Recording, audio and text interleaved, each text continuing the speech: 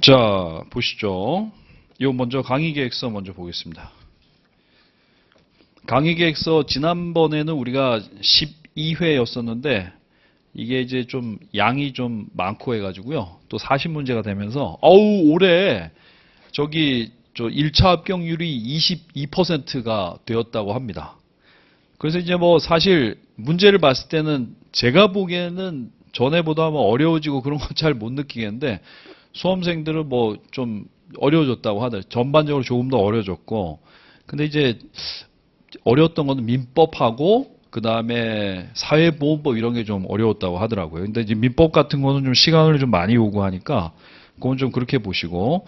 보세요. 일단 그 강의 목표 보시면 제 강의 일단 80점 목표입니다. 80점. 왜냐하면 이게 100점을 맞기도 힘들어요. 100점 뭐 하려면 할 수가 있는데 근데 이제 그렇게 되면 투입이 너무 많이 돼요. 그래서 투입 대비 효율 제일 좋은 점수가 80점 정도거든요. 예.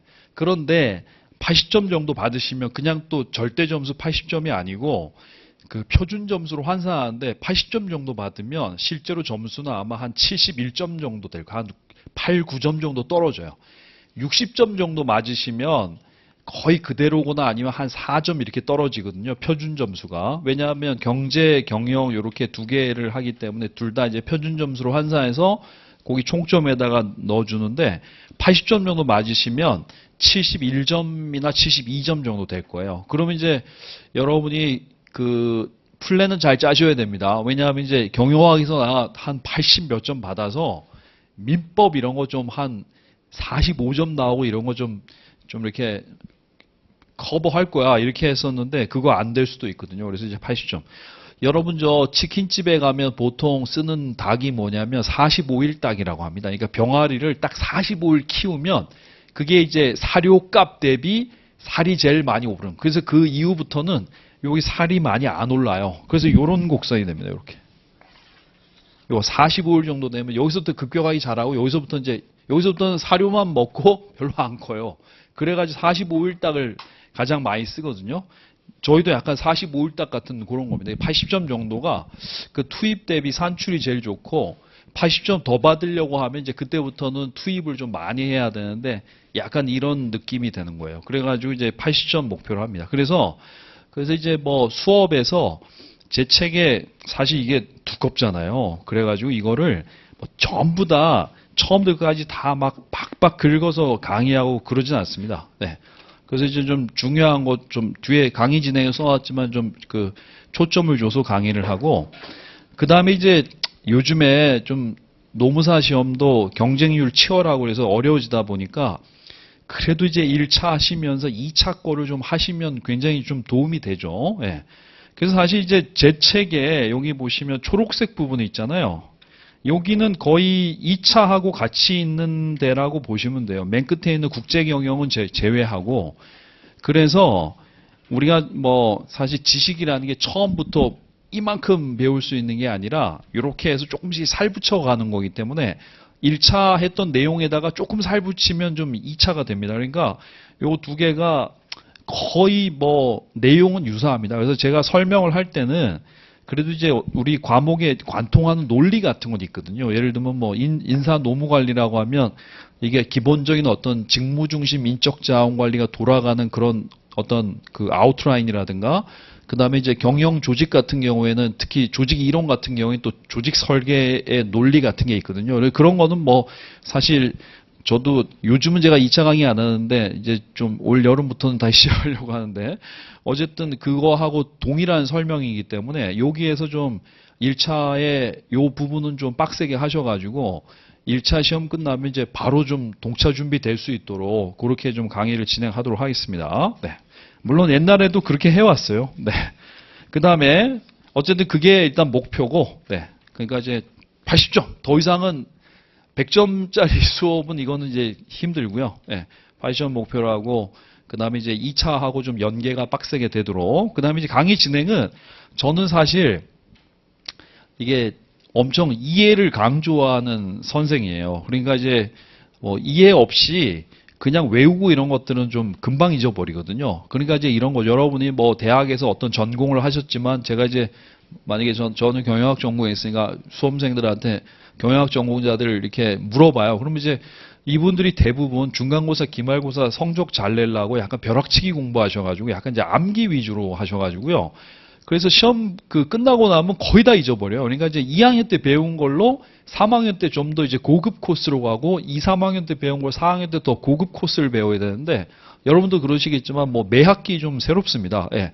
그래서 사실 이제 그런 공부 가지고는 노무사 시험은 좀 붙기 어렵고 노무사 시험은 약간 이런 거 돼야 돼요. 여러분이 공부를 한 1년 정도 하셨는데 그냥 불시에 오늘 시험이야 해도 가서 시험 볼 수 있도록 약간 이제 평소 실력을 좀 많이 올려놔야 되거든요. 그래서 이제 충분히 약간 이해 위주로 좀 공부하셔야 되고 물론 또 암기도 하셔야 돼요. 암기도 하셔야 되는데 스킬 레벨은 매우 낮습니다. 여러분 이제 암기 보통 이제 수험에서 스킬 레벨이 있거든요. 스킬 레벨이 있는데 이 암기를 이제 뭐 우리가 미국 공인회계사 이런 거 보면 홈페이지 들어가 보시면 미국 공인회계사 시험 났던 부분 이런 것들을 이제 쭉 해놓고 이게 어떤 거에서 났냐고 해서 이제 스킬 레벨 난이도 해놨는데 제일 낮은 게 암기하고 이해입니다. 이게 이제 영어로 하면 remembering이라고 하고 이걸 understanding이라고 하는데 이게 이제 제일 쉬운 거 이게 스킬 레벨 1이고요. 요 위가 뭐냐면 이게 이제 애플의 응용이에요, 응용.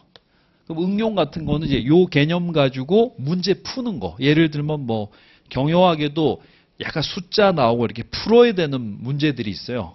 그래서 이제 대부분은 요 수준으로 나왔는데 이게 문제 푸는 거 있고 그 다음에 이제 요 위가 이제 분석입니다. 분석.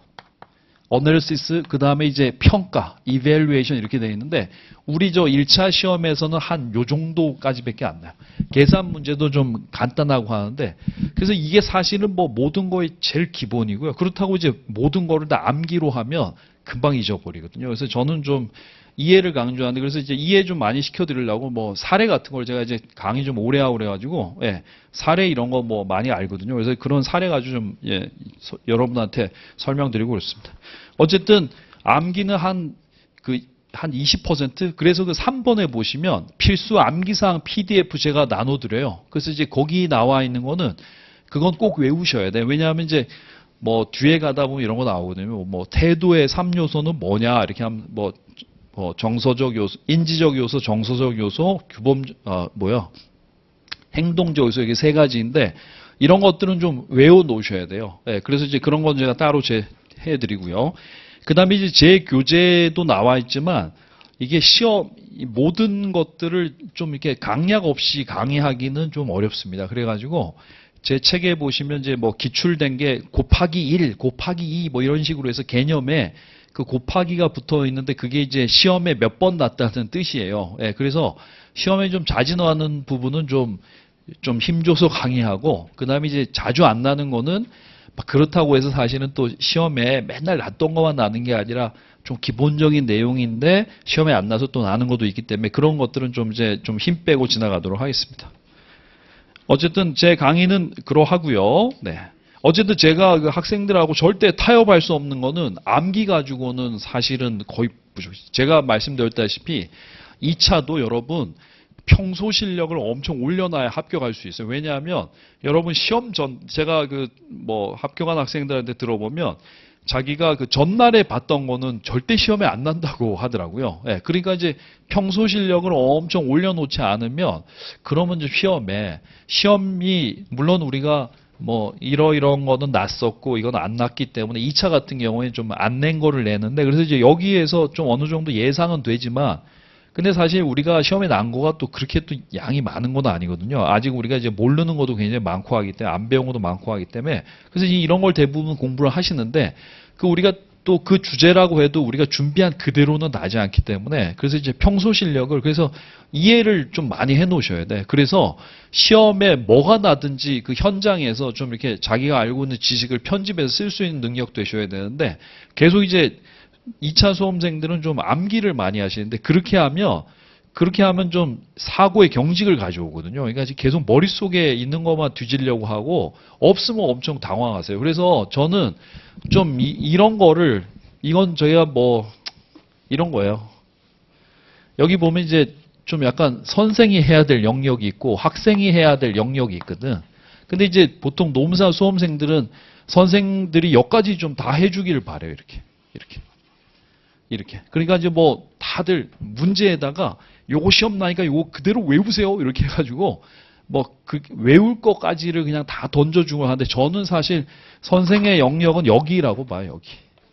여기를 이제 엄청 튼실하게 그냥 단순히 암기 뭐 이런 것만 떠나서 이 개념이 이제 경영학적으로 어떤 의미가 있고 뭐 어떻게 응용되고 이렇게 돼서 이렇게 해놓고 이거는 이제 좀 학생들이 알아서. 그러니까 사실 면적으로 치면 거의 비슷한데 저는 좀 그런 쪽을 강조하고 글쎄요 뭐 학원가에 제가 선생님들 강의는 안 들어보니까 뭐 그런데 어쨌든 수험생들은 좀 편하게 공부하고 싶어요. 근데 이제 편하게 공부할 수는 없는 상황이거든요. 왜냐하면 문제가 뭐가 나는지 굉장히 훤하다고 하면 그것만 하면 되겠지만 사실 시험 보시면 그 뭐 적중력은 그렇게 아주 뭐 거기서 난다고 했는데 낮지만 또 그렇게 스타일을 이렇게 난다고 했는데 그런 거 나지는 않거든요. 그래서 이제 어쨌든 제가 보기에는 뭐 일단 이해하고 저런 게 저기 스킬 레벨 1 이게 일단은 제일 중요한 그런 강의가 되겠습니다. 네.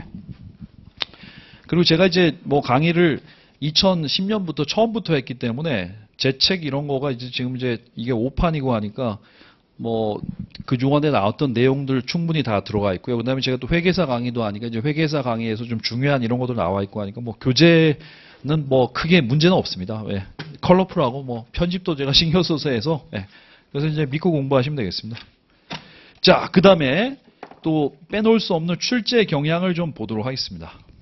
출제 경향이 과거하고 좀 많이 달라졌냐? 그렇지 않더라고요. 네. 보세요. 일단 그 마지막 거만 한번 보시면 그 제가 이제 지면상 2010년, 11년, 12년, 13년 건 빼놓고 14년부터 이렇게 해놨는데 11년치를 해놨네요.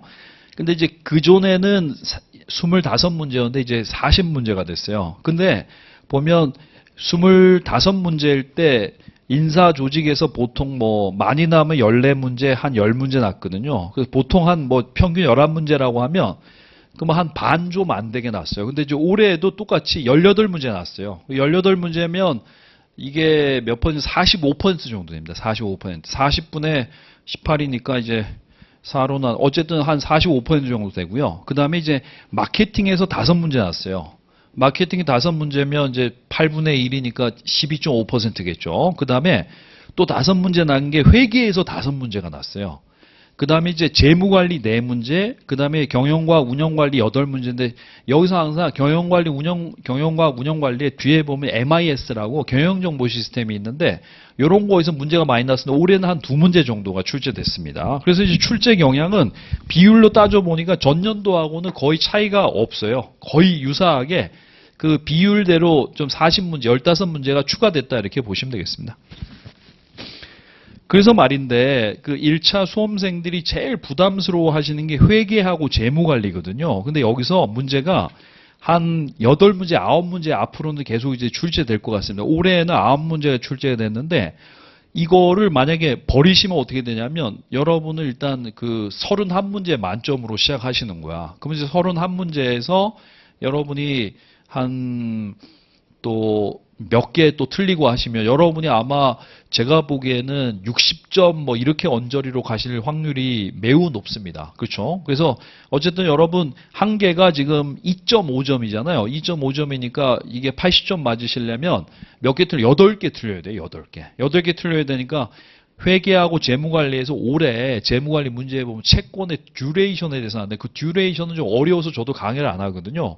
그래서 이제 그 부분은 제낀다고 해도 여러분 한 여기에서 9개 중에 쉬운 거 해서 쉬운 것도 문제가 엄청 짧고 쉬운 것도 있어요. 그래서 그건 한 5개 정도 맞추셔야 돼요. 그래서 회계하고 재무관리는 그 9개 중에 여기서 한 4개 틀리고 여러분 인사조직 전략은 여러분 이제 2차에서 뭘 하실지 모르겠지만 어쨌든 제 수업 들으시면 경조 선택하시면 굉장히 좋아요. 왜냐하면 여기 경조양이 좀 굉장히 많게 돼 있거든. 제 책에 1편에 2장, 3장, 4장이 경조 그 내용이거든요. 그래서 무조건 2차를 같이 하시는 분이 매우 유리합니다. 매우 유리하지만 어쨌든 여기 보면 이제 18문제인데 이거는 거의 다 맞추셔야 돼요. 특히 인사 노무관리 여기도 문제가 많이 나는데 이거 거의 다 맞추셔야 되고요. 그 다음에 이제 마케팅에서 뭐 한두 개 틀리고 경영과학에서 한두 개 틀리고 이렇게 해서 그래서 이제 8개 정도 틀리시면 80점이야. 근데 80점이면 요즘 같은 상황에서는 매우 고득점입니다. 매우 고득점입니다. 예. 그래서 이제 한 80점을 일단 목표로 합니다. 물론 뭐 80점에 개인차가 있으니까 도달하시는 분도 있고 못 도달하시는 분도 있는데 80점 정도 되면 아우 경영학이 평균 갉아먹었어 뭐 그런 거 얘기는 안 들을 수 있다는 거죠. 예. 그래서 어쨌든 그 사실 대충 문제가 저 나중에 제 책에도 문제가 좀 이렇게 들어가 있지만 문제를 보시면 아시겠지만 문제가 아주 어려운 수준 아는 건 아니거든요. 단지 이제 2차에 해당되는 과목은 조금 어렵게 납니다. 어렵다는 게 이제 저기 문장이 좀 길게 나고 이렇게 하는 거죠. 예, 그래서 이제 충분히 또 대응이 되시기 때문에 이해 위주로 공부하시면 되겠습니다. 제가 저 외울 거는 좀 외우라고 말씀드려요. 그런 거는 좀 미리미리 노트 같은 데 적어놓고 아니면 제가 나눠드린 그 저기 필수 암기사항 PDF 거기다가 그거를 제가 왜 PDF로 드리냐면 저걸로도 드려요. 저기 뭐 인쇄해서도 드리고 PDF로 드리는데 PDF 하시면 그 휴대폰으로 이렇게 갖고 다니면서 읽으실 수 있기 때문에 예, 그거 하면 그냥 자동으로 저기 2차 준비도 되고 하는 거죠. 왜냐하면 2차 할 때도 그 과정을 거쳐야 되기 때문에 그래서 그렇게 보시면 되겠습니다. 오케이. 그 디테일한 내용은 이제 밑에서 공부하시다가 예, 보시면 되겠어요. 왜냐하면 제 책이 저 지난 겨울에 나온 거라 올해 나온 거가 출제 경향이 없어서 그렇습니다. 만약에 이제 올해 출제되었는데 새로운 내용이 있다고 하면 그건 제가 자료로 또 백업을 해드리도록 하겠습니다. 네. 10페이지 보겠습니다.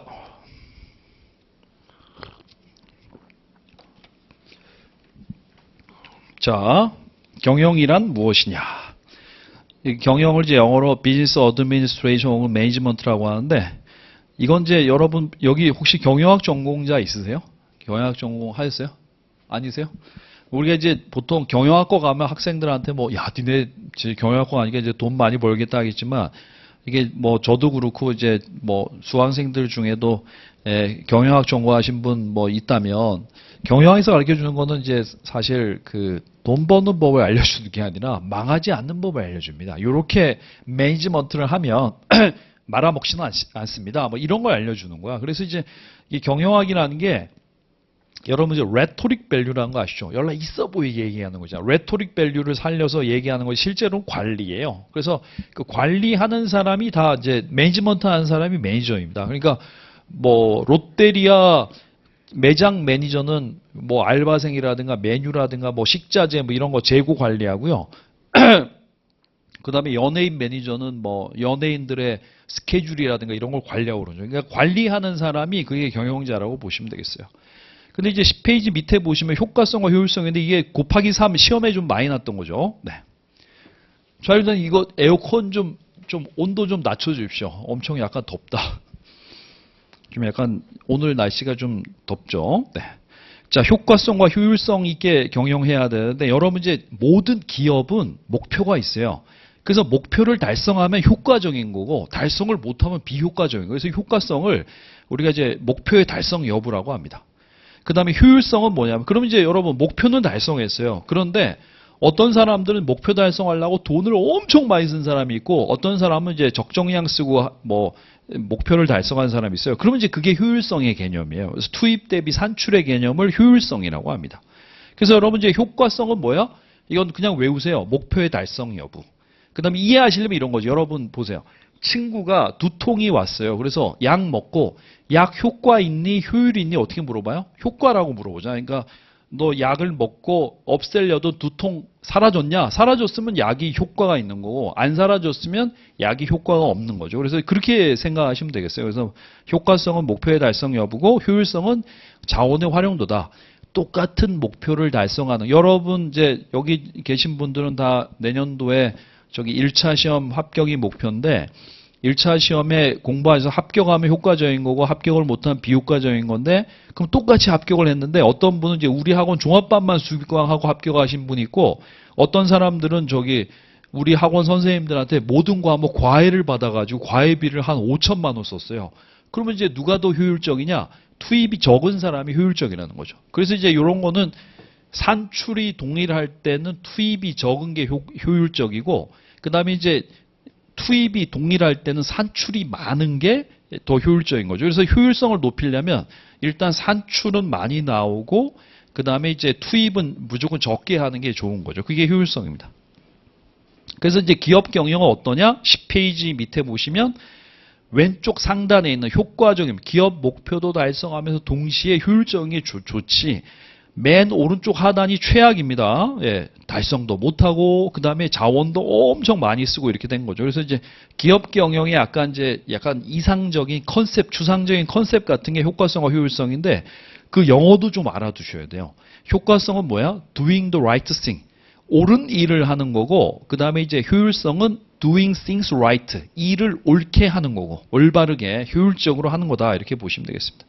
근데 여러분 이게 뒤에 가시면 리더십에 가시면 이 효과성을 영어로 하면 이거 effectiveness 이게 똑같거든요.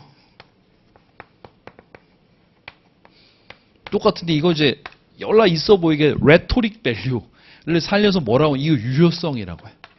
유효성. 이게 똑같은 말인데 이렇게 또 있어 보이는 단어 쓰는 사람 뭐 격전 높은 자리라고 이렇게 되지만 여러분 이제 가급적이면 이렇게 너무 어려운 단어 쓰시려고 하시는 것보다는 그냥 이제 좀 약간 이해되는 담백한 단어 같은 거 쓰시는 게 좋죠. 네, 그렇습니다. 그 다음에 경영자의 분류 보겠습니다.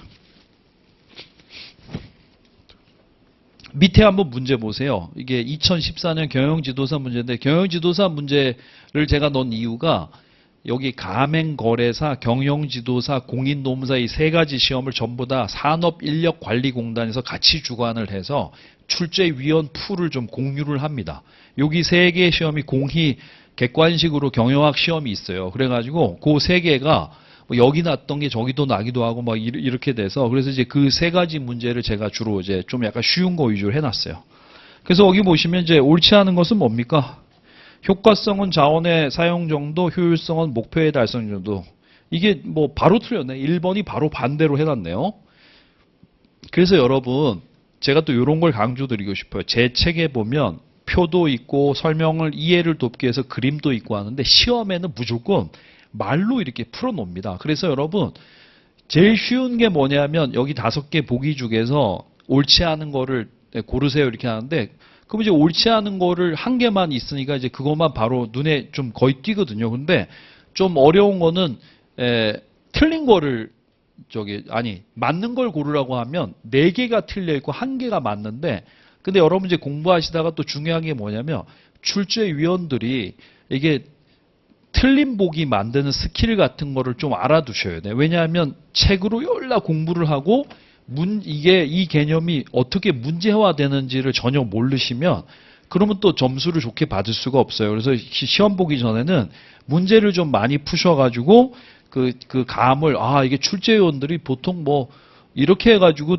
많이 만들어더라 틀린 거를 그래서 그런 걸 좀 아시면 좋겠어요. 그래서 뭐 2가지 같은 경우에는 서로 이제 개념을 다르게 연결시켜 놓고 뭐 이런 것들이 틀린 보기 많이 만들고요. 또 하나는 뭐냐면 이분법적인 단어 있어요. 예를 들면 뭐 기대이론에서 기대감은 내가 노력을 했을 때 1차적 결과를 달성할 수 있을까에 관한 주관적 확률인데 이런 걸 뭐 객관적 확률 이렇게 바꿔놓거든요. 그래서 이제 그런 거를 좀 뒤에 가시면 아시면 되겠습니다.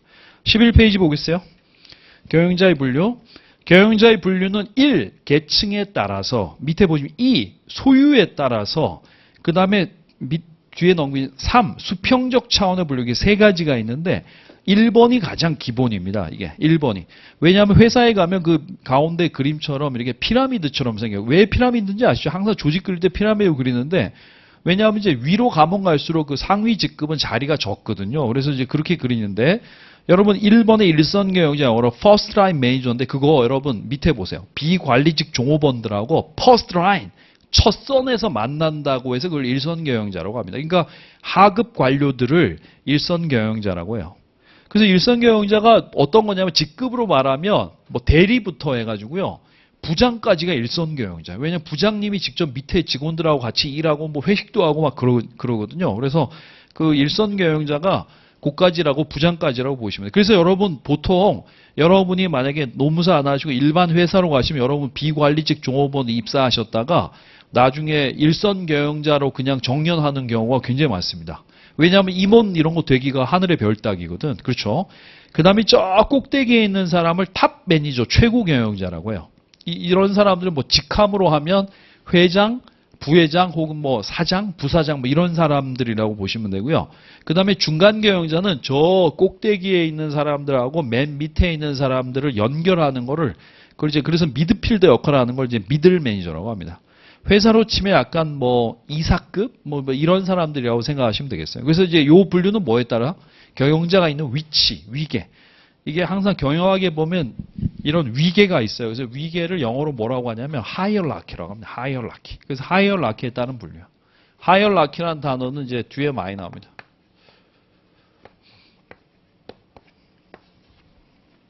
위계 혹은 뭐 계층 이런 거로 보시면 돼요. 위에 사람이 높고 밑에 사람이 낮고 이런 것들이죠. 그 다음에 2번에 소유에 따른 분류. 여러분 기업 경영의 기본은 무조건 1번입니다. 네, 소유 경영자. 제가 버는 돈 뭐 다 긁어가지고 예를 들면 뭐 만약에 한 10억짜리 회사를 차렸다고 하면 자본금 10억짜리 회사야. 그래서 이제 제가 또 그거 마련하느라고 우리 집 막 담보대출 넣고 해가지고 그래가지고 제가 이제 당장 10억 없잖아요. 예, 그래가지고 그걸 해가지고 이제 10억 투자해가지고 회사를 만들었어.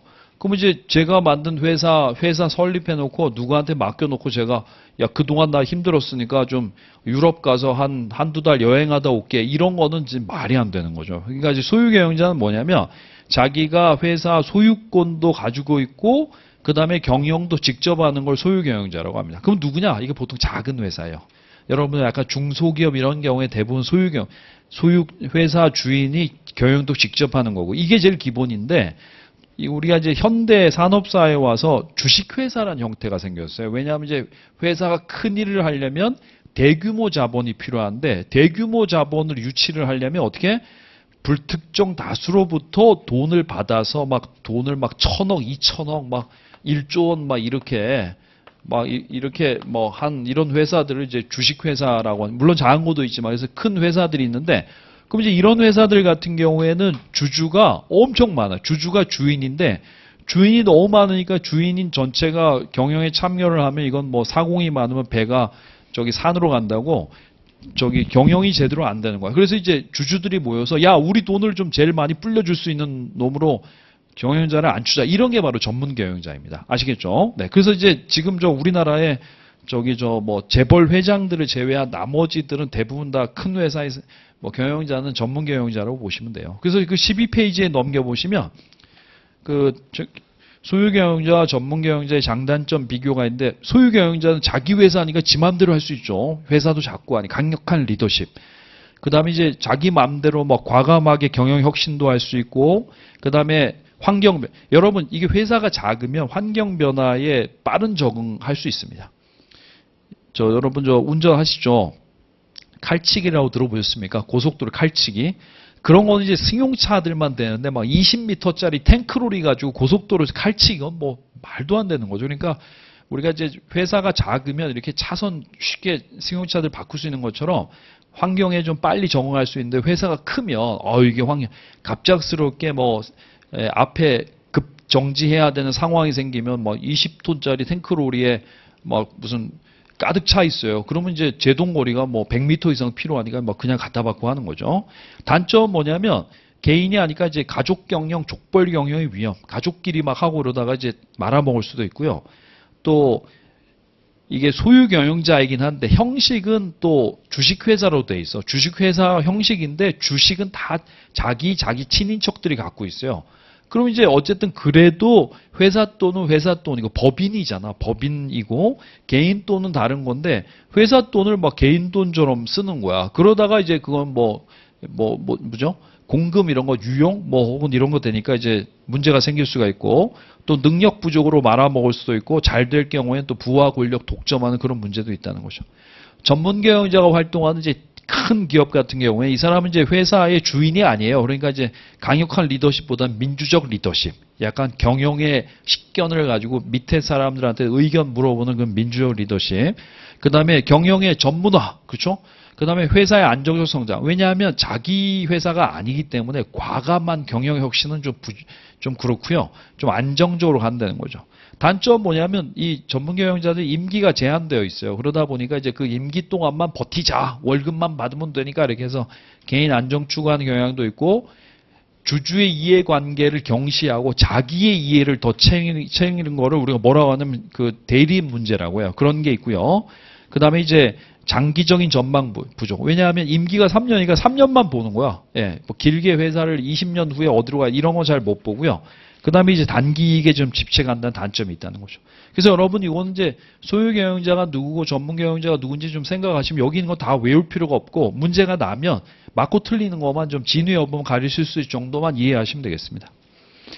그 다음에 수평적 차원의 분류는 이제 경영자의 두 부류가 있는데 하나는 이제 직능 경영자, 펑셔널 매니저고 하나는 이제 제너럴 매니저인데 여러분 펑셔널 매니저 이런 거예요, 여러분. 만약에 여러분이 저기 공인 노무사 합격하신 다음에 법인에 좀 계시다가 요즘에 젊은 분들은 저기 대기업으로 가시는 분 굉장히 많아요. 그래가지고 이제 대기업에 가시면 인사 노무 뭐 이런 노무팀으로 많이 가시는데 그럼 이제 이분이 노동법 전문가니까 노무팀 한번 가시면 다른 부서로는 거의 못 가고 평생 노무팀에서 계속 가가지고요. 그래서 아주 잘 되면 이제 노무 담당 임원까지 가는 거죠. 그래서 이제 한 분야를 아주 깊게 아는 그런 경영자를 펑셔널 매니저라고 합니다. 그래서 보통 노무가 좀 약간 그렇고요. 왜냐하면 다른 사람 노동법 모르잖아. 그러니까 이제 그렇고요. 재무도 좀 약간 어려운 분야잖아요. 일반인들이 좀 재무 관리 좀 하기가 어렵잖아요. 그러니까 이제 약간 재무하는 분들도 회사에서 계속 그거만 하시고 회계하시는 분도 계속 그거만 하시고 이런 분들을 약간 펑셔널 매니저라고 합니다. 이게 펑셔널 매니저는 한 분야의 전문가라고 보시면 돼요. 그래서 펑셔널 매니저하고 이퀄 뭐냐면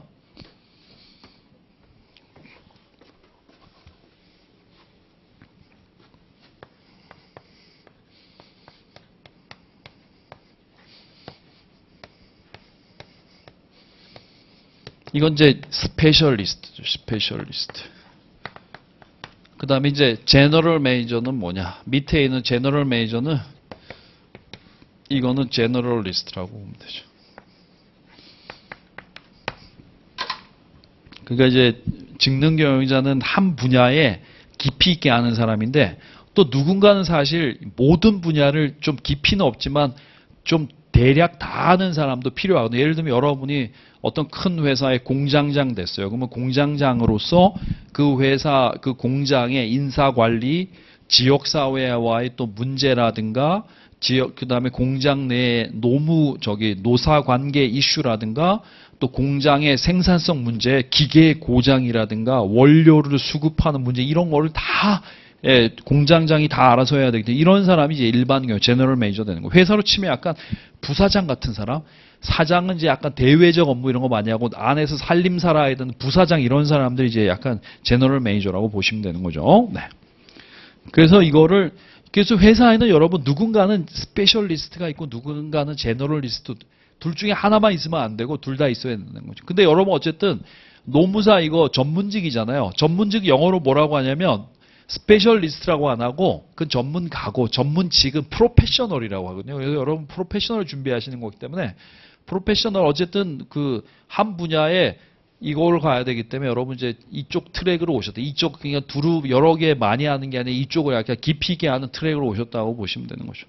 프로페셔널 여러분 친구분들은 그냥 대학 졸업하고 일반 회사 취직해서 거기서 일 배우면서 하지만 프로페셔널은 뭐냐면 교육기간이 열나 긴 직업을 프로페셔널이라고 해요. 그래서 그 직업을 갖기 전에 이빠이 공부를 해서 그래서 자격증 따. 그러면 이제 가자마자 거기서 뭔가 일을 바로 해줘야 되는 걸 프로페셔널이라고 합니다.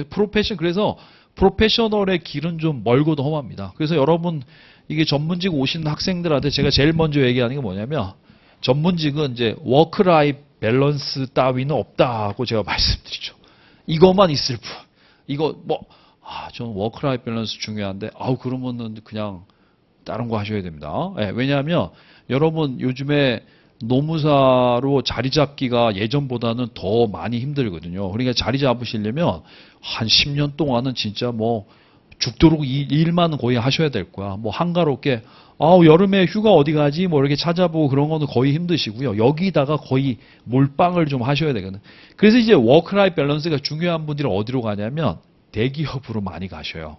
노무팀 되면 사실 뭐 교섭하는 그 시즌에만 좀 바쁘시고 나머지는 그래도 휴가도 갈 수 있고 일도 9 to 6 이렇게 하실 수가 있는데 여러분이 만약에 개업하시면 진짜 자기가 저기 대표니까 밑에 있는 직원들 먹여 살려야 되면 대표 되면 여러분 월급날 엄청 무서워요. 그러니까 지금 영업도 하셔야 되고 하기 때문에 그러면 영업을 여러분 초짜 노무사한테 누가 일을 주겠어요. 그러니까 이 사람 뭐 엄청 많이 알고 막 이렇게 돼서 막 어려운 케이스 같은 것도 막 해결을 잘해주고 그렇게 하면 일을 맡겨야 되기 때문에 그래서 이제 전문가는 의사도 여러분 전문의 되려면 몇 년 병원에서 꿇어야 돼. 의대 6년에 인턴 레지던트 뭐 이렇게 하면 군대 갔다 오고 하면 거의 한 12년 막 이렇게 걸리잖아요. 그러니까 이제 그런 게 전문직이에요, 전문직. 네. 여러분도 이제 그 길을 가신다라는 거고 그 다음에 경영자 요구된 능력 보겠습니다. 1번에 요거 시험에 이거 좀 날 가능성도 좀 있습니다. 경영자 요구되는 능력. 그래서 이제 개념화 능력 뭐냐면 이거 시험에 안 났지만 개념화 컨셉추얼 스킬이 뭐냐면 이거 이제 여러분이 만약에 대기업의 최고 경영자가 되시면 오늘 월요일이잖아. 그럼 여러분 보통 대기업의 임원회의 언제 하시는 줄 아세요? 월요일날 아침에는 일반 직원들이 회의하고요. 임원들은 일요일날 오후에 해요. 미리 앞서서 이제 하고 그럼 이제 일요일날 오후에 사장님하고 임원들하고 오후에 합니다. 왜냐면 오전에는 이제 그래도 뭐 고객들 만나서 골프도 쳐야 되고 뭐 이렇게 하기 때문에 오후에 만나서 한 4시, 5시 뭐 이렇게 해서 저녁까지 해요. 저녁 먹으면 도시락 먹으면서 회의한 다음에 집에 가고 월요일 새벽부터 나와가지고 이제 뭐 임원이 그 밑에 있는 뭐 팀장들 불러서 회의하고 그러면 팀장이 직원들 9시쯤에 9시에 저기 자기네 팀원들 불러가지고 뭐 이런 일 있으니까 이런 거 합시다 이렇게 해서 회의를 하거든요. 그러니까 이제 여러분이 만약에 CEO가 되시면 여러분한테 뭐 이렇게 한 다음에 금요일이라든가 이렇게 해서 막 보고서가 엄청 많이 올라가면 회사의 막 각 분야에서 사장님한테 보고사항을 엄청 이제 막 보고서로 써가지고 막 그림도 있고 도표로 있고 해서 엄청 추상적인 자료가 진짜 많이 올라옵니다. 그리고 또 경쟁자가 요즘에 뭐 동향이라든가 업계 트렌드라든가 이런 게 엄청 올라와요. 그럼 이제 최고 경영자는 그런 걸 쫙 읽어. 그러면 추상적인 자료들을 쫙 읽은 다음에 우리 회사는 앞으로는 좀 이 방향으로 가야 되겠는데 이런 거를 뭐라고 하면 개념화 능력이라고 해요. 그래서 최고 경영자가 이런 능력이 없으면 그럼 뭐 나한테 그래서 어쩌라고 이렇게 하면 그럼 이제 회사를 어디로 끌고 나가지 못하는 거야. 최근에 여러분 보셨지만 여러분 요즘에 예를 들면 요즘에 자동차 회사는 어디로 가야 돼요? 한때 막 전기차가 막 엄청 확 치고 올라오다가 작년 겨울에 미국이 엄청 추웠거든요. 그래가지고 추우니까 이제 전기차가 막 배터리 효율이 막 100% 충전하는데도 갑자기 뭐 효율이 70% 떨어지고 추우니까 히터 켜면 배터리가 더 빨리 사라지는 거야. 그래가지고 막 충전소로 가다가 길바닥에 죽은 애들이 막 엄청 많았거든요. 그 테슬라 충전소가 테슬라의 무덤이고 막 그랬어요. 막 그리고 또 여름 되면 이게 막 또 과열도 되고 막 그래가지고 요즘에 전기차를 택시 하시는 분들도 요즘에 전기차를 잘 안 삽니다. 그러니까 이제 전기차가 소비가 옛날보다는 좀 뜸하고 한번 불나면 물을 부면 불수록 불이 더 커져. 리튬이 원래 그렇대요. 그래가지고 요즘에 전기차가 좀 미진하긴 하지만 그래도 제가 보기에는 앞으로는 전기차로 갈 것 같은데 그래서 이제 요즘 회사들은 전기차는 좀 기본이기 때문에 뭐 자율주행이라든가 이런 거를 좀 신경을 많이 쓰고 있죠. 어쨌든 그래서 우리 회사는 좀 어디로 앞으로 내가 예를 들면 야 내연기관 만들던 애들 다 다른 부서로 다 옮겨 해가지고 회사에 인력 배치 다 해서 전기차에 몰빵하고 있는데 갑자기 전기차 안 팔리면 어떻게 돼요? 그럼 이제 회사가 큰 데미지 일으니까 이런 거 할 수 있는 거 저쪽으로 가자 이렇게 하는 거 이제 최고 경영자이기 때문에 최고 경영자 이제 제일 필요한 게 개념화 능력입니다. 컨셉추얼 스킬. 그다음에 이번에 대인관계 능력은 걔는 이제 여러분 이건 노무사에게 더 중요해요. 왜냐하면 이거죠, 여러분. 여러분이 자본금 막 1조 원짜리 막 정유 공장에서 일하는 사람 아니거든. 1조 원짜리 회사는 설비가 돈을 벌기 때문에 이 설비를 굉장히 효율적으로 돌리고 팔로 개척하고 이러면 돈 진짜 많이 버는데 노무법인, 법무법인, 회계법인 이런 것들은 전부 다 사람들이 이제 몸으로 떼워가지고 돈을 버는 거기 때문에 그래서 항상 큰 돈을 벌려면 혼자서 안 되고 막 대여섯 명이 막 달아붙어서 한 3, 4개월 막 죽도록 일하고 막 한 고객한테 한 1, 2억 받아내고 뭐 이런 걸 하시기 때문에 그래서 같이 해야 되기 때문에 인간관계 스킬 이런 게 굉장히 중요합니다. 왜냐하면 같이 일을 하는데 여러분 이제 학교에서 뭐 팀과제 이런 거 해보시면 알겠지만 나는 뭐 진짜 열심히 하는데 딴 사람은 좀 약간 좀 태만하게 하는 그런 느낌 샥 들면 기분 엄청 안 좋고 저 새끼 좀 나한테 묻어가려고 하는 거 이렇게 되기 때문에 그래서 인간관계 스킬 이런 게 굉장히 중요합니다. 고객과의 인간관계, 동료와의 인간관계, 상사와의 인간관계, 부하의 인간 이런 거 관리가 진짜 중요한 인적인 회사거든요. 그래서 노무사들한테 이게 굉장히 중요하죠. 네. 그다음에 그래서 그 모든 경영자에게 다 요구되고요. 그다음에 현장 실무 테크니컬 스킬은 뭐냐면 여러분이 만약에 이제 회계팀의 과장이야.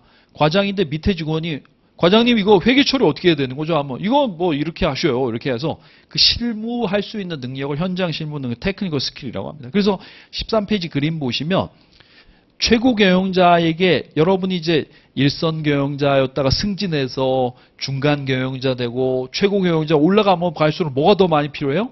그때 이제 최고 경영자는 중요한 의사결정 내린 사람이기 때문에 컨셉추얼 스킬이 점점 많이 필요하고요.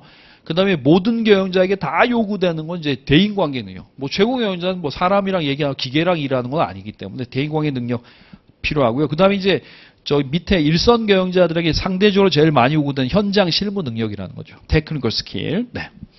그래서 여러분 이거 보세요. 뒤에 가서 한번 배울 텐데 미리 설명드리면 보통 여러분 사람의 성과에 여러분 노무사 합격하려면 이게 여러분 수험생의 성과에 합격이라고 하면 누가 합격할 것 같아요? 일단 기본적으로 노력을 많이 해야 돼. 이게 직접적으로 영향을 미치는 게 노력이야.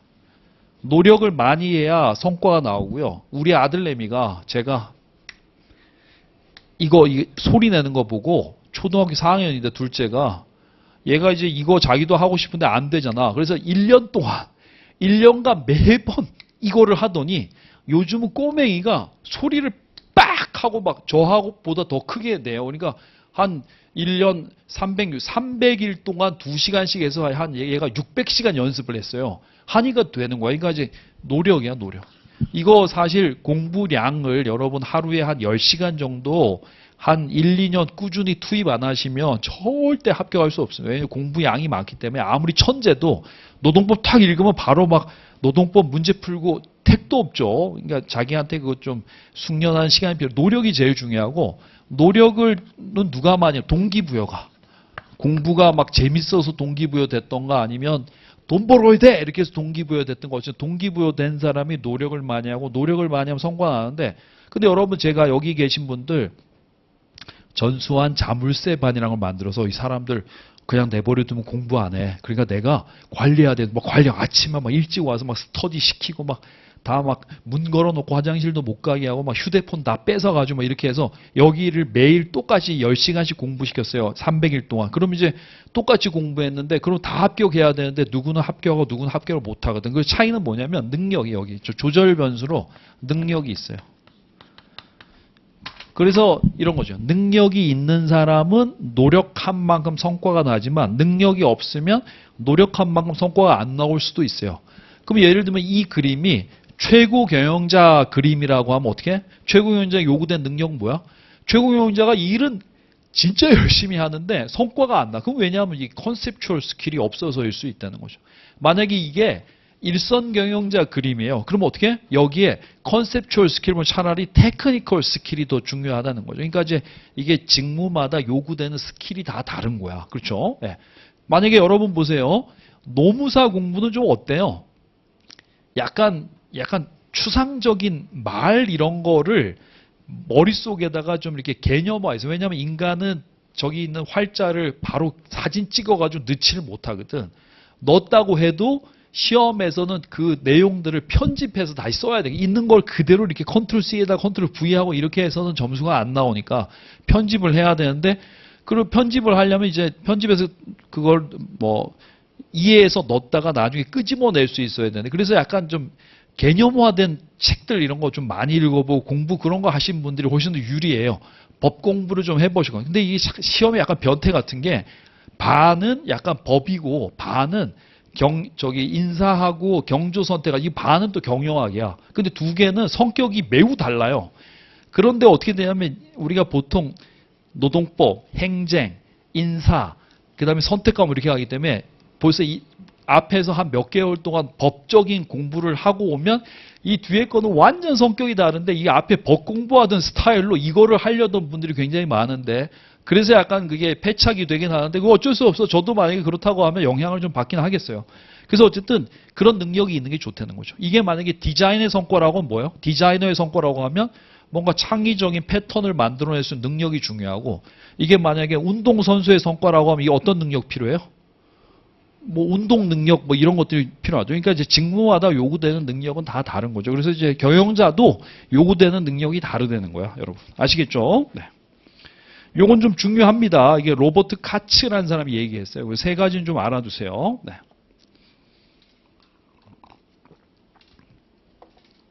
여러분, 우리 시험 몇 지선다죠?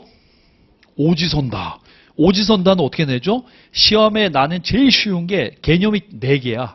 4개에다가 1개 이제 뻘소리 같은 거 해가지고 내는 게 제일 많고요. 3개짜리 어떻게 내냐면 한 줄로 나요. 한 줄로 보기에. 경영자에게 요구되는 능력은 개념화 능력, 대인관계 능력, 뭐 현장 실무 능력이다. 이런 식으로 그렇게 납니다. 네. 아니면 여기다가 박스형으로 해서 경영자에게 요구되는 능력 뭐 여러 개 해놓고 그중 올바른 것만 뭐 묶인 것은 이렇게 해서 보기 나는 거죠. 그건 이제 기출문제 보시면 아시고요. 경영자의 역할을 보겠습니다. 민츠버그. 이건 시험에 3번 났어요. 이 민츠버그라고 굉장히 유명한 학자입니다. 경조하시면 여러분 선택 과목 어떻게 하실 거야? 아직 안 정하셨죠? 민소. 법학 하셨으면 민소가 나왔는데 민소가 좀 어렵답니다. 한번 여기도 경조. 여기는 경조. 이게 경조가 요거 지금 수업 들으신 분들은 경조는 이게 딱 지금 이제 궁합이 딱 맞죠. 예, 제 책이 또 이 앞에 경조 부분이 이게 또 양이 좀 많기 때문에 거의 그 똑같다고 보시면 돼요. 근데 어쨌든 1차는 이제 공이 합격하셔야 되니까 뭐 민소 선택이든 뭐 저기 뭐죠? 노경 선택이든 뭐 어쨌든 하셔야 되는 거죠. 노경 선택은 이런 분 좋아요. 노경은 대부분 아까 봤던 그 저기 응용 있죠. 그게 중요합니다. 그러니까 대부분은 그냥 외워가지고 어느 정도 이해한 다음에 이게 쓰면 되는데, 노경은 이게 문제가 이렇게 있어요. 그걸 풀어야 돼.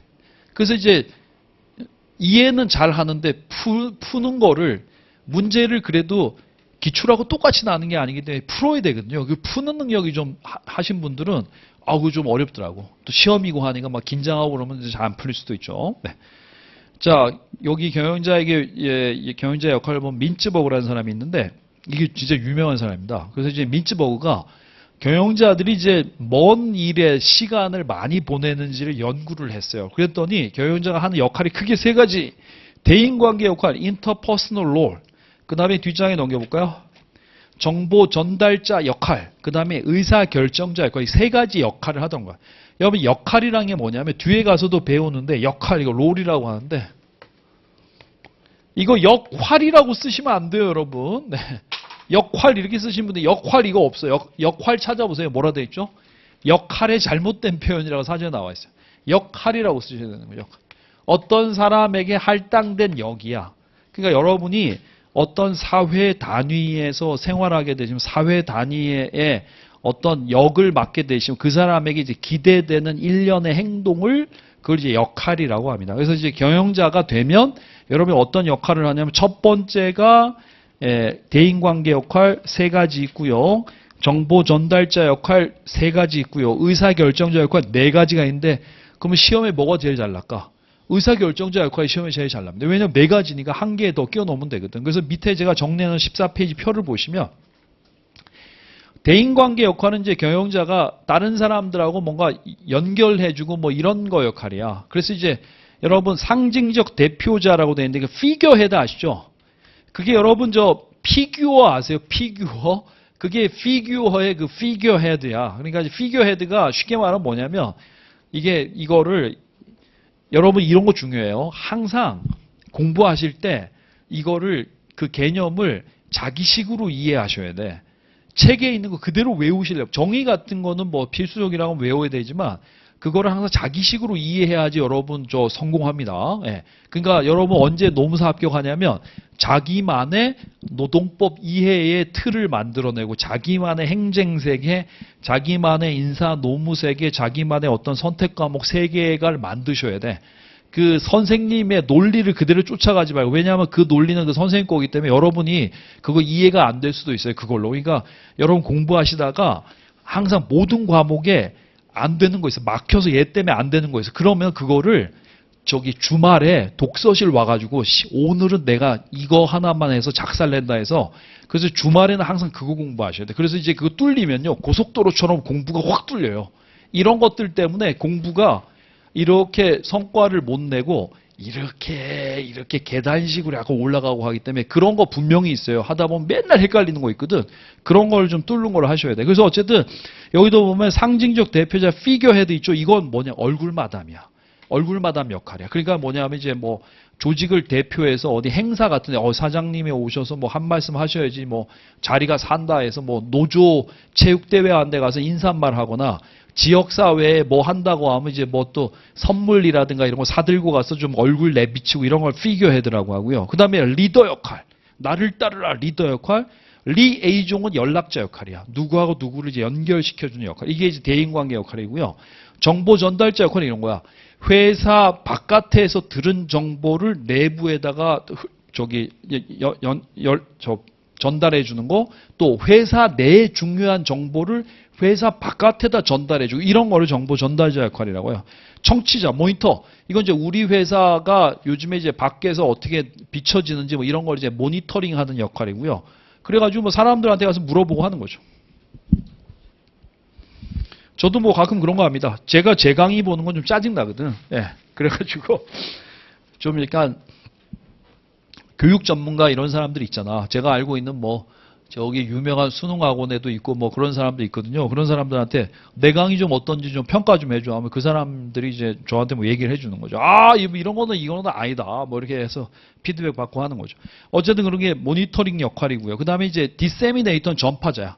회사 바깥 조찬 모임 갔다가 오늘 무슨 뭐 유명한 교수가 와서 했는데 어우 내용 좋아. 그래가지고 이제 회사에 와서 임원들 불러고 얘기하고 이거 디세미네이터. 그 다음에 스포크스펄슨은 회사 내의 정보를 뭐 기자회견 같은 거 열어가지고 이제 밖에다가 알리는 걸 이제 스포크스펄슨 대변인 역할이고요. 그 다음에 의사결정자 역할. 의사결정하는 역할. 이게 중요하죠.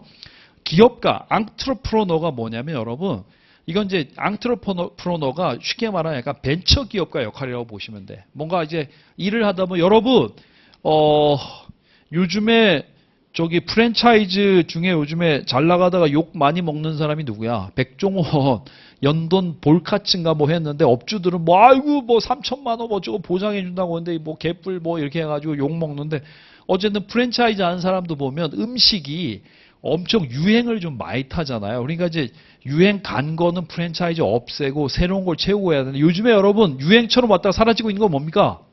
탕후루 진짜 많이 생겼다가 요즘에 이제 맛이 가고 있고요.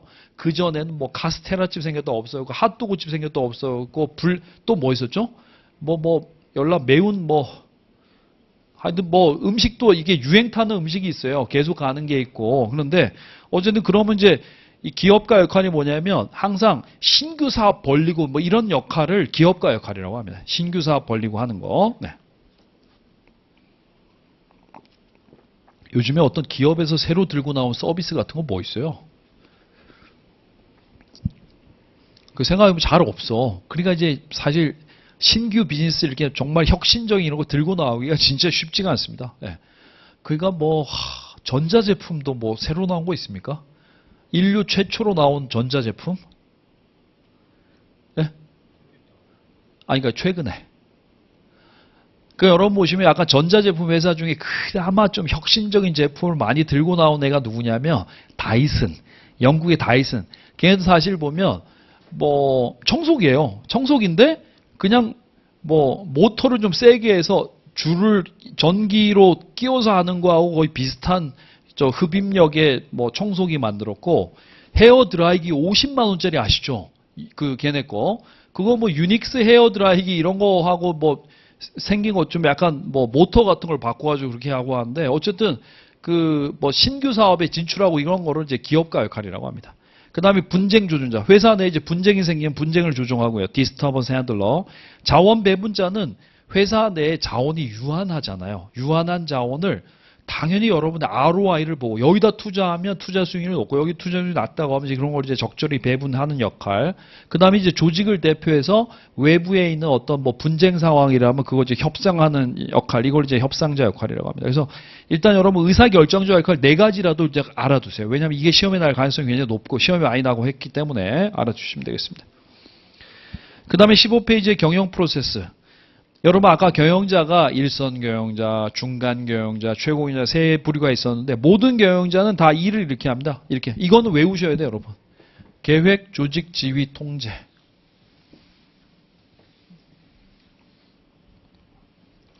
모든 사람이 계획을 세우고요. 조직화를 하고 지휘화를 하고 그 다음에 통제를 합니다. 여러분 계획은 영어로 이게 플래닝이라고 하는데 이 플래닝은 뭐냐면 어떤 조직의 목표를 달성하기 위해서 뭐요? 목표를 설정하고 일단 목표를 설정해야 되고요. 그 다음에 우리가 이제 전략 수립하는 거를 플래닝이라고 해요. 전략은 뭐냐면 목표 달성을 위한 수단이에요. 여러분도 보면 이제 목표는 내년 5월달 1차 시험 합격한다.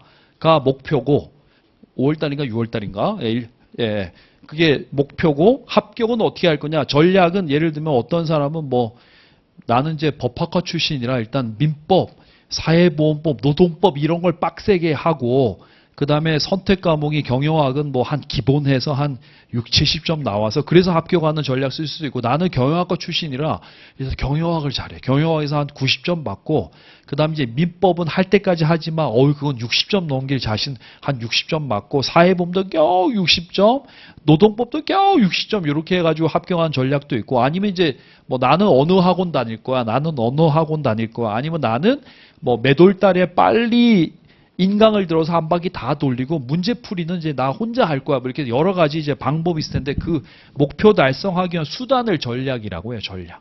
어떤 회사는 다 돈 버는 게 목표인데 어떤 회사는 제품을 엄청 럭셔리하게 해서 하는 데가 있고 어떤 회사는 럭셔리하진 않지만 박리다매로 하는 데도 그거 전략이라고 이걸 세우는 거고요. 그 다음에 이제 조직화는 뭐냐면 조직화는 이제 이렇게 목표가 설정이 되면 이걸 달성하기 위해 전략도 수립되고 하면 이걸 이제 회사에 갖고 있는 인적 자원, 회사 여러 사람과 물적 자원, 이걸 이제 조직화하는 거죠. 당신이 일 맡아 뭐 하고 예산도 배정해주고 이런 걸 조직화라고 합니다. 그래서 여러분 조직화까지 되면 자동으로 일이 돼요. 누가 무슨 일을 하는 거 다 사람들한테 알려줬고 예산도 줬고 하기 때문에 일이 자동으로 되는데 하다 보면 이제 사람들이 중간에 뭔가 좀 동기부여해야 될 필요도 있고 리더십을 발휘해야 될 필요도 있고 그 다음에 커뮤니케이션 사람들하고 이제 의사소통해야 될 필요도 있어요. 그래서 이런 거를 하는 걸 이제 지휘화라고 합니다. 지휘화, 리딩이라고 하고 통제는 컨트롤링인데 얘는 이제 맨 마지막에 하고 나서 뭐가 좀 문제가 있었다, 뭐 이건 거는 좋았다 해서 다음번 왜냐하면 이 과정이 계속 또 반복이 되거든요. 거기 그림 보시면 반복이 되기 때문에 다음번 계획 세울 때 참고하기 위해서 피드백하는 거를 우리가 이제 통제라고 합니다. 통제. 그래서 여러분 경영학과 가시면 1학년 1학기 때 모든 학생들 경영학 원론 듣는데 경영학 원론은 다 계획, 조직, 지휘, 통제 이 4단계로 나누고 계획 과정은 뭐다. 뭐 몇 개 챕터 나오고 지휘는 이런 거다. 조직은 이런 거다. 지휘는 이런 거다. 통제 이렇게 해서 그런 식으로 이제 경영 원론책은 대부분 돼 있어요.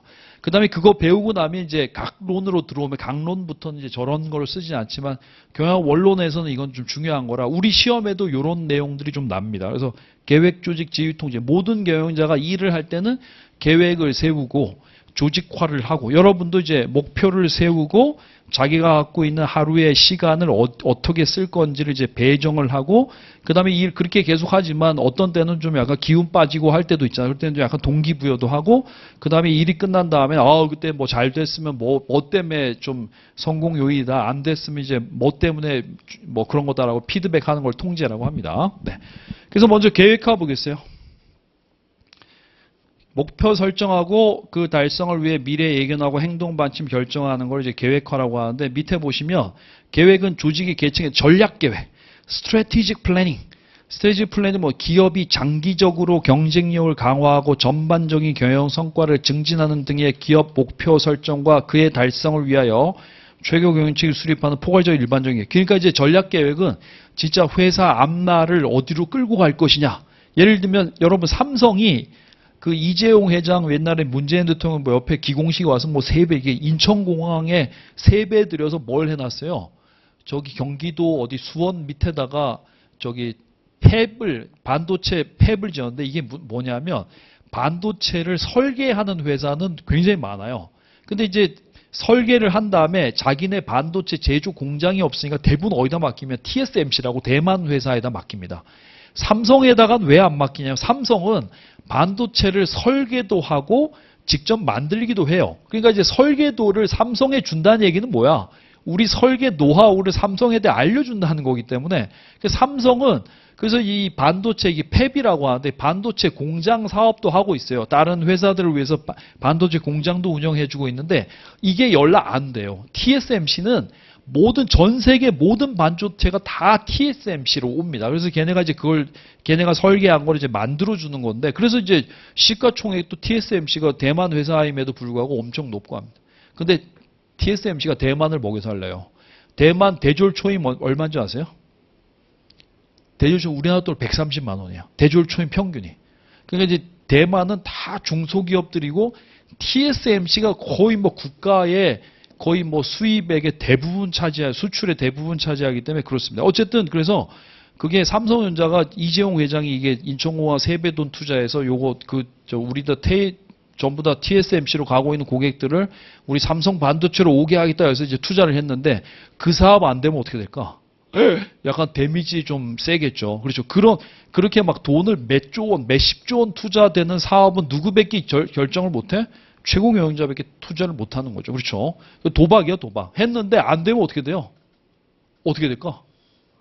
와, 그러면 이제 지금 삼성전자가 한 8만 전자 되잖아요.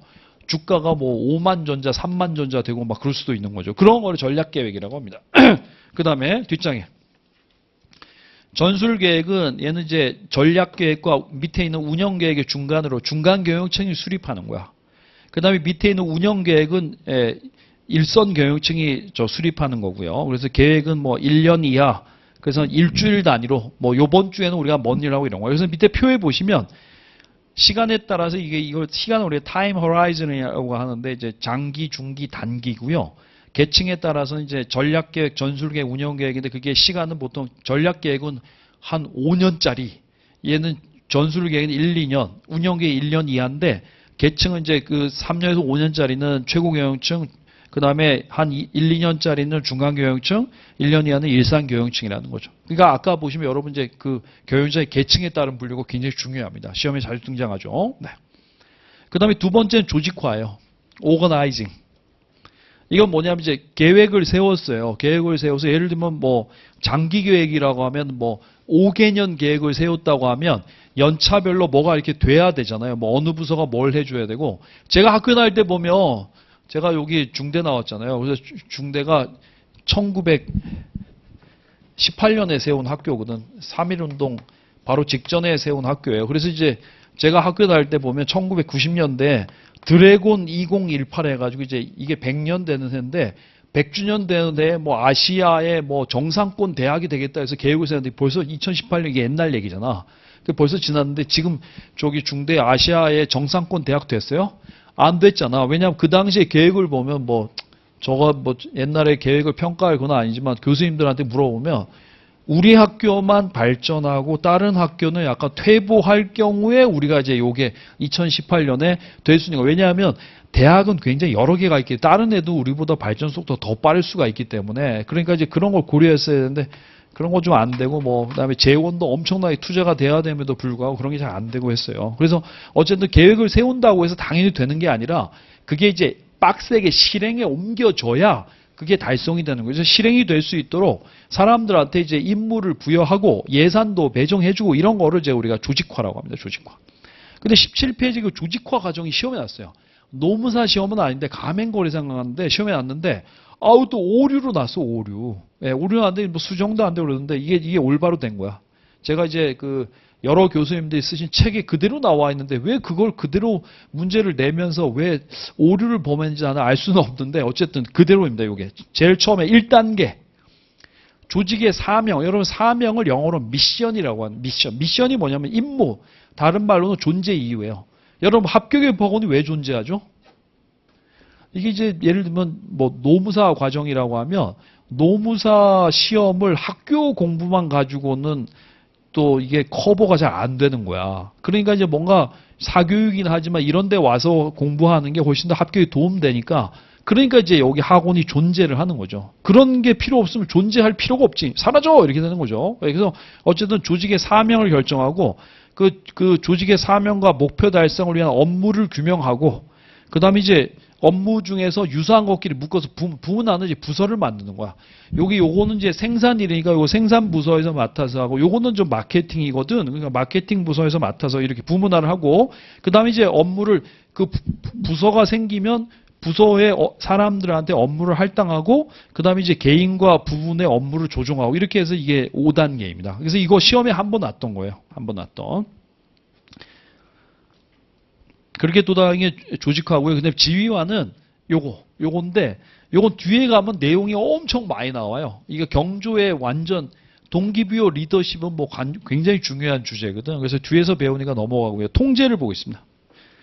경영자가 계획한 여러 가지 일들이 바람직한 방향으로 이루어지고 있는지를 확인, 감독하는 걸 통제화라고 하는데 통제화 세 가지가 있는데 이것도 시험에 2번 났어요. 사전 통제는 여러분 통제는 일 끝난 다음에 하는 건데 사전 통제가 말이 되냐? 이거 말이 돼요. 뭐냐면 너 계획 세운 거 갖고 와봐 이렇게 하는 거죠. 예를 들면 우리 딸내미가 이제 뭐 여름방학 동안에 이렇게 하겠다고 이제 뭐 계획표 이런 거 세우잖아요. 그럼 갖고 와봐 하면 너무 보면 이제 막 무리한 계획이지. 방학 때인데 애가 뭐 7시에 일어나가지고 뭘 하고 해서 막 하루에 막 한 12시간 막 학원 다니고 뺑이 치고 뭐 이런 게 해놨는데 현실성이 떨어지잖아. 그럼 이제 바로 부모들 야 잠은 그래도 너 어차피 7시에 못 일어나. 그래서 너 그냥 9시에 일어나서 편하게 일어나서 밥 먹고 한 10시부터 움직이는 걸로 이렇게 해주는 걸 이거 사전 통제라고. 그래서 사전 통제는 일이 하기도 전에 계획서라든가 이런 거를 한번 검토하는 걸 사전 통제라고 합니다. 그것만 해도 괜찮거든. 전문가가 봤을 때는 야 이거는 말도 안 돼 뭐 이런 것들이 나오거든요. 네. 그 다음에 진행 통제는 일을 하면서 통제하는 거 동시 통제라고도 해요. 그래서 여러분 저기 건축물 있잖아요. 건설 다 짓고 나서 감리했는데 철근 안 들어갔어. 부셔. 이렇게 할 수 없잖아. 그러니까 어떻게 뭐 한층 해놓고 그 철근 이렇게 해놓은 걸 보고 감리하고 또 그러면 부어 이렇게 한 다음에 하고 이렇게 이런 거를 이제 진행 통제 동시 통제라고 합니다. 이렇게 하면 이제 건물이 괜찮게 되는 거예요. 왜냐하면 건물은 지어놓고 뿌갤 수가 없기 때문에. 요즘에 그런 거 엄청 많습니다. 아파트 지었는데 뭐 갑자기 지하 주차장이 막 무너지고 저기 서울역 옆에 순화동 무슨 요즘에 제일 욕먹는 아파트 회사가 뭐예요? 자이인가 뭐 순살 자이 뭐 그래서 욕 많이 먹잖아. 그래서 그런 거 요즘에 굉장히 많습니다. 무량판 구조라는 거 아시죠, 여러분? 무량판 구조. 집이 만약에 아파트가 무량판 구조로 지하주차장이 돼 있으면 그거는 좀 약간 위험합니다. 왜냐하면 이게 위에 지붕을 받치는데 지붕을 받치려면 여러분 연락 큰 합판 큰 거를 위에 지붕으로 하려면 어떻게 해야 돼요? 여기다 뭐 여러 개를 이제 이렇게 만약에 뾰족한 거 하나 가지고 세워놓으면 어떻게 해? 이게 뚫리잖아. 그 마찬가지로 콘크리트 크니까 옆에 구조물을 이렇게 막 해가지고 위를 받칠 수 있도록 막 이렇게 뼈대도 막 이렇게 돼야 되는데 그냥 평평한데 기둥 하나 세워놓은 꼴이 그 무량판 구조라는 건데 그거는 좀 위험해요. 위험. 물론 뭐 학자들이 뭐 계산해서 이렇게 하겠지만 그거 좀 위험한데 요즘에 그런 거 하다가 막 짓다가 무너지고 막 그런 경우도 많습니다. 네. 어쨌든 그게 진행 통제고 그 다음에 마지막이 사후 통제. 이게 이제 전통적인 통제입니다. 일 끝난 다음에 마지막에 하는 거를 이제 끝난 다음에 통제하는 걸 사후 통제라고 합니다. 사후 통제. 오케이. 그래서 여기 있는 내용들 요거가 조직화의 5단계 요거 시험 났고요. 요 통제는 사전 통제, 진행 통제, 사후 통제 요거는 시험에 2번 났었어요. 그래서 그거 알아두셔야 됩니다. 네. 오케이. 그래서 계획, 조직, 지휘, 통제 이거 순서는 꼭 외우시고요. 모든 경영자가 최고 경영자도 일을 이렇게 하고 중간 경영자도 이렇게 하고 일선 경영자도 일을 이렇게 한다 보시면 되겠어요. 그 다음에 경영 의사결정 보겠습니다. 의사결정 아까 보면 이제 사실 뭐 장기가 전략적 의사결정, 그 다음에 전술적 의사결정, 그 다음에 운영적 의사결정 이렇게 있었는데 여기 보시면 이제 저 맨 꼭대기층에서 하는 걸 이제 전략적 의사결정이라고 하고 저 맨 밑에서 하는 걸 기능적 의사결정이라고 하고 중간 경영층에 하는 걸 또 관리적 의사결정이라고 해요. 아까는 좀 계획이었는데 전략 계획, 전술 계획, 운영 계획이었는데 의사결정으로 하면 맨 위에서 하는 걸 전략적 의사결정, 그 다음에 맨 밑에서 하는 걸 기능적 의사결정, 그 다음에 중간층이 하는 거를 관리적 의사결정이라고 합니다. 그럼 여러분이 이게 특징이 뭐냐면 여러분 만약에 여러분이 이마트의 환불 담당 매니저예요. 그럼 여러분 일은 어떻게 돼 있을까? 굉장히 비정형화돼 있을까? 정형화돼 있을까? 비정형화, 정형화 어떤 거예요? 정형화 할 수 있다는 거죠. 왜냐하면 환불은 거의 매일 일어나는 프로세스이기 때문에 규칙을 정해서 어떻게? 카드로 산 거는 카드 가져오면 저기 영수증 갖고 오면 카드 취소해 준다. 현금으로 산 거는 현금으로 저기 영수증 갖고 오면 현금을 환불해 준다. 물론 이제 제품에 하자가 없으면. 그래서 이제 그런 규칙 정해놓고 환불은 되는 거죠. 그러니까 이제 밑으로 가면 갈수록 구조적인데 저 위로 올라가면 올라갈수록 굉장히 비구조적이라는 거야. 왜냐하면 회사는 계속 시간의 흐름에 따라서 앞으로 나가고 있어요. 앞으로 나가고 있는데 새로운 경쟁자들이 막 툭툭 튀어나오기 때문에 이 최고 경영자들이 의사결정해야 되는 것들은 옛날하고는 완전 판이한 상황도 될 수 있고 하기 때문에 굉장히 비구조적 상황인 거죠. 그래서 여러분 의사결정이 구조적인 게 쉬워 비구조적인 게 쉬워요. 구조적인 게 쉽지. 왜냐하면 계속 반복되는 거니까 이건 이제 컴퓨터로 시스템 만들어 놓고 그 시스템대로 하면 되지만 저기 최고 경영자들이 맞닥뜨린 상황은 비구조적이기 때문에 그래서 어떻게 위에 있는 것들은 굉장히 비정형화된 의사결정 막 최고 경영자들이 모여서 막 여러 사람 전문가의 도움을 얻어서 막 난상 토론을 거쳐서 의사결정해야 될 수도 있지만 밑에 있는 뭐 환불 담당자가 의사결정하는 것들은 그냥 이제 시스템에서 시키는 대로 구조적으로 하면 된다는 거죠. 그러니까 쉽게 말하면 이런 거야. 여러분이 시험에 뭐가 나는지 뻔해. 그런 시험 뭐 있어요? 운전면허 시험. 운전면허 시험 같은 거 어떻게 해? 뭐가 날지 뻔하잖아요. 그래서 어떻게 해요? 서점 가서 크라운 출판사에서 나온 위로 넘기는 운전면허 문제집을 사가지고 답지 뜯어서 다 동그라미 친 다음에 똘똘 말아서 갖고 다니면서 이제 문제만 읽어보면 90점 나옵니다. 하지만 노무사 시험 같은 거는 어디에서 나올지 모르잖아요. 그러니까 어떻게 해? 뭐가 나도 다 뭐 풀 수 있게 공부를 해야 되듯이 그래서 이제 우리 그 운전면허 시험은 굉장히 정형화되게 공부하면 되지만 저기 노무사 시험 같은 경우에는 그렇게 안 하면 안 되고 굉장히 유연성 있게 난 뭐가 나와도 다 뭐 한 10장씩 쓰고 나올 수 있어. 뭐 이렇게 공부를 하셔야 되는 거죠. 예. 그래서 어쨌든 의사결정도 그렇다. 위에서 하는 의사결정은 굉장히 비정형화되어 있고 밑에서 하는 건 정형화되어 있기 때문에 그래서 나중에 MIS에도 나온대요. 여러분 저 최고 경영자들이 의사결정할 때 쓰는 시스템하고 맨 밑에 있는 일선 경영자들이 쓰는 시스템하고 만들기 더 쉬운 게 뭐예요? 밑에 있는 거 밑에 있는 게 훨씬 만들기 쉽고 저 위에 있는 시스템은 굉장히 복잡하기 때문에 굉장히 좀 만들기 어렵다는 거죠. 이거 뒤에 가면 MIS도 나옵니다. 오케이. 여기까지 하고 잠깐 쉬었다가 여러분 저 경영 환경의 분류부터 잠깐 쉬었다가 하도록 하겠습니다. 네.